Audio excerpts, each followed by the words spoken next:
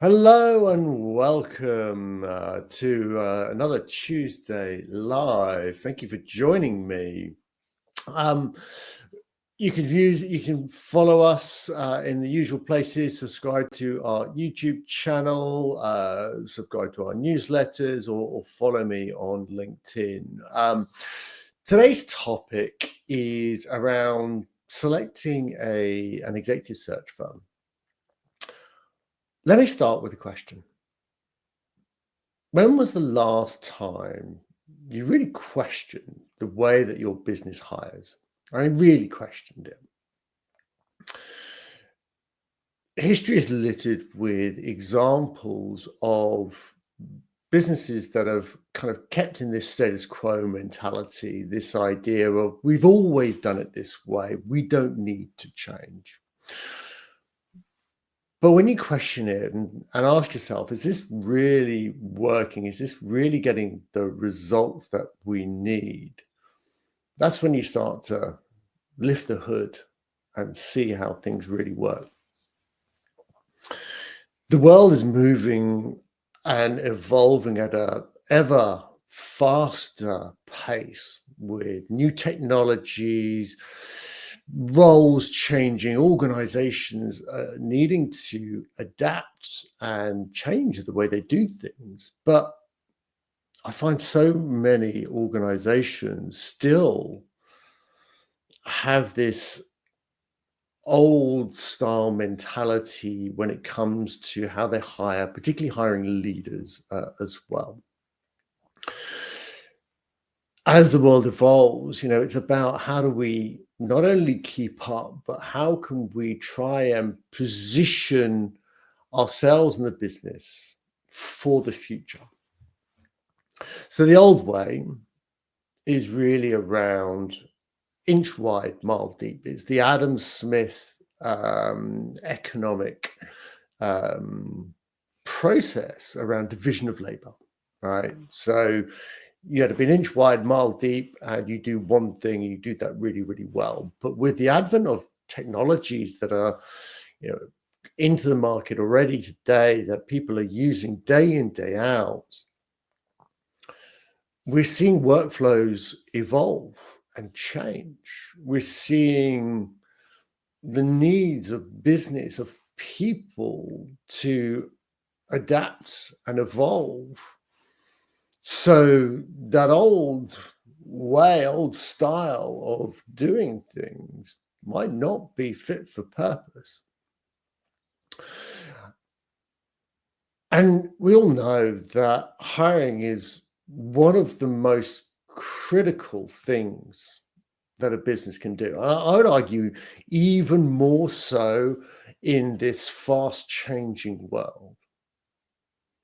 We see regularly now, that businesses are doing more with less, more efficient, higher productivity, automating, using technology to their advantage. But what that means is that with smaller teams, it's even more critical to get the right individuals in place. The old style of recruiters and executive search was very much based around this idea of a Rolodex. You have a database of individuals in that particular business. And I hark back to when I did work in banking. It was a case of, do you want someone from your tier one competitors who's going to come in and basically do what they've done before, maybe optimized and a little bit better, but you're going to pay a premium for it? Or are you going to really define what success looks like and look at it a little bit differently? The old way is based on those outdated assumptions.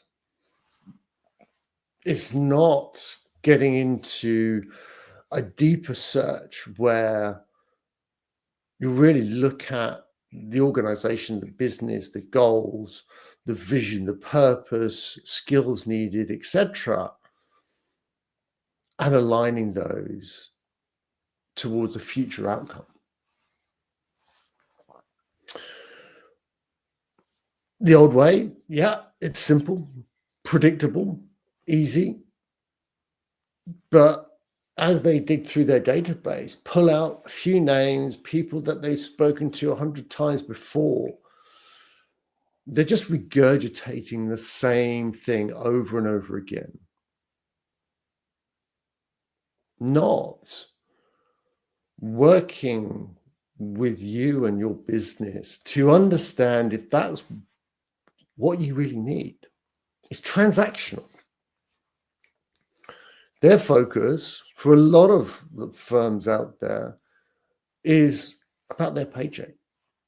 They want it to be quick, fast, and efficient with minimal input and effort from their side. They just want to send that invoice. You've seen it multiple times and many occasions when that's not worked, and the business is dumbfounded as to why. Well, it's because things aren't aligned. When we look at a modern organization with the evolutions and changes that are happening in the world today, we want to make sure that we're looking not just at the here and now, but where's the business going? Studied philosophy, and one philosopher's uncertainty principle, Heisenberg's uncertainty principle, always stuck with me, which was that you could know, from talking about an atom, a molecule, you could know where an atom is as a snapshot in time and space, but you couldn't know the direction of travel. Or you could know the direction of travel, but it was very difficult to know exactly where it was. And the old style is really that snapshot. This is what the market looks like here. But it's not about the direction of travel, because your business evolving, pivoting, changing, adapting, developing is that direction of travel. So think about it. Is the old model fit for purpose? Is it going to help your organization evolve, change, transform, innovate? Combined with that, theories around human psychology are evolving as well. We're seeing new generations coming into leadership roles. Boomers had their old style mentality, but new leaders are coming into leadership roles and helping to run businesses, and they search for purpose, for responsibility, connection with team and culture. They want to have impact more so than ever before. So again, that old transactional process of a bum on a seat isn't really taking your business to the future of where it's going to go. So you want to move away from transactional recruiting, particularly when it comes to leadership. You want to move into a partnership model. So for me, it's the triangle of align, attract, and assess. That's the model for the future. Align means engaging with different stakeholders within the organization.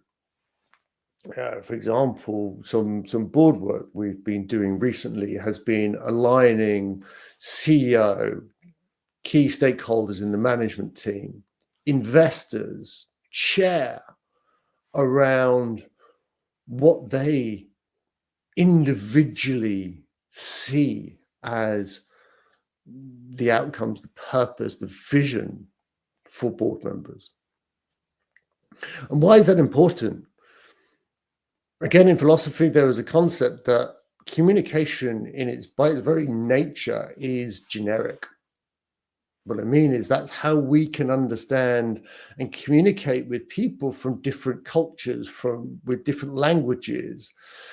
The meaning is not in the words that they use, but in the context. So thinking about context and getting perspectives and building that picture, that totalitarian, holistic picture, will really help to align stakeholders around that vision, purpose, outcome. And once you have that, everybody's on the same page. You're seeking out that feedback. You're seeking out those ideas of what could be done differently. How could it be done differently? You're naturally engaging, collaborating, and inviting them in to the strategy of where you're going. Attracting purpose-driven talent is going to find leaders that align with your vision, culture, and future goals. Bringing them together. It's not just a checkbox of experiences. Yes, we're all a bundle of experiences, but also those experiences shape our perspectives, our viewpoints, and where we're going in our careers. And making sure the individual align with the stakeholders in the business, but also the vision, purpose, and mission of the organization, means that you're going to have much more empowered, authentic, and really dynamic leaders in your business. So putting that into a go-to-market strategy, particularly when the noise out in the public domain, whether it's online, offline, is deafening at times. You don't want to settle for people that can just do the role. You want a force multiplier, someone that's going to help supercharge your organization, have positive tension in the business that can disagree, but find a way forward. Making sure that you understand how to draw that into your organization will be a force multiplier. The final stage is really critical as well. It's the assessment. Constantly looking at how are we assessing individuals. There's been a lot of talk in the market around moving from CV-based interviews and experience-based interviews, competency-based interviews to skills-based, but you need to have a multifaceted approach. Look at the experience, look at the skills, look at the values as well. Are these all aligning with your mission, purpose, and values? Because if you find that sweet spot, that's the force multiplier when it comes to hiring. And again, the old outdated way, it's not designed for that. It's transactional. Do they tick some boxes? Great. They'll come into the individual. I'm sure, like me, you've had frustration where it's not quite right, it's not quite fitting. You can make it into a data-driven process, because once you're clear with, you've aligned on that vision, mission, values, you can really quantify and qualitatively assess people against that. Otherwise, it becomes voodoo hiring, that gut feeling, does that feel right? Which is often based in your own past experiences, your biases. So are you aware of that? Are you solving for that as well? And making sure the assessment process is designed around these key aspects. So align, attract, and assess. It's a new way of doing things. Having that fresh pair of eyes, a fresh perspective, can be critical.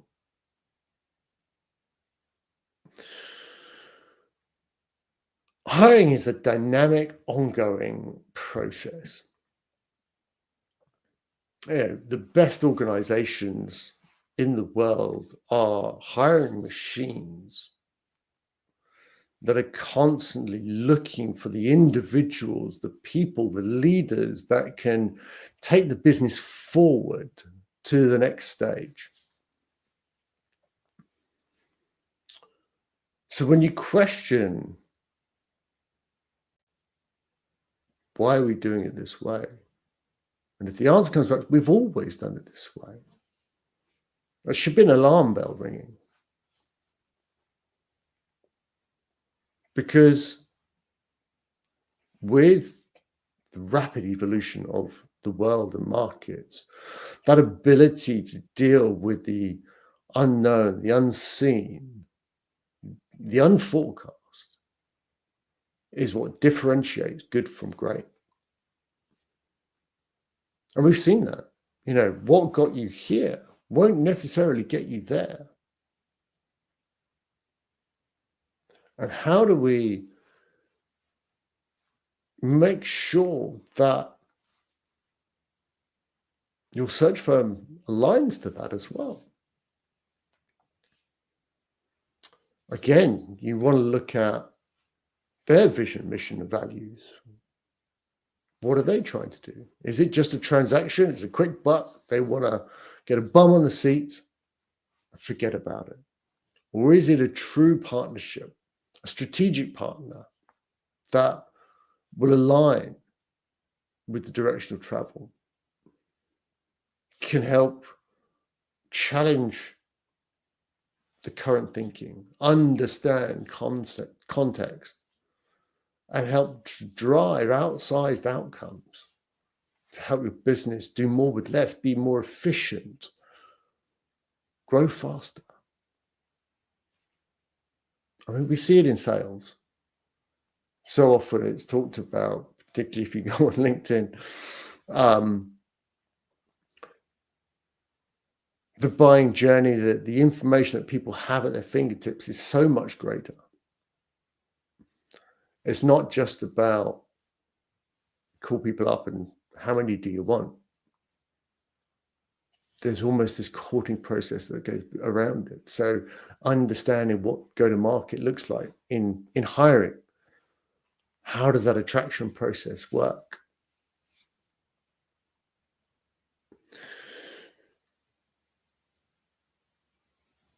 You'll look at case studies, you'll look at stories, understand and dig deeper. But to finish up today, I want to ask you 3 questions. What if you stopped hiring the way that you always have?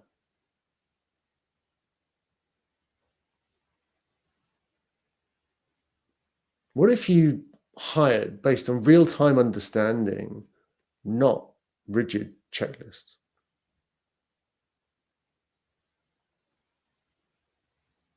What if you prioritize potential over experience and embrace leadership that involves with your company?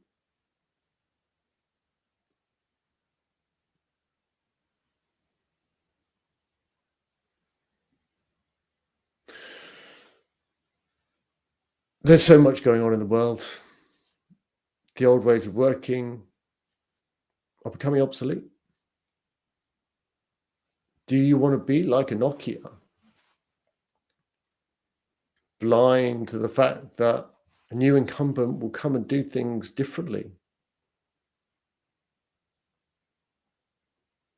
be more agile,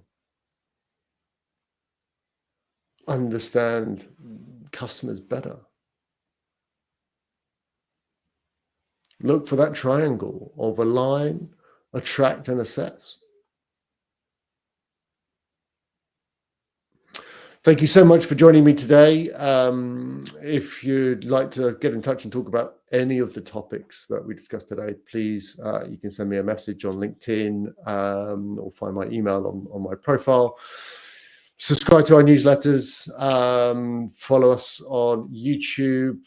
New podcast drops later this week. And thank you so much for joining me today.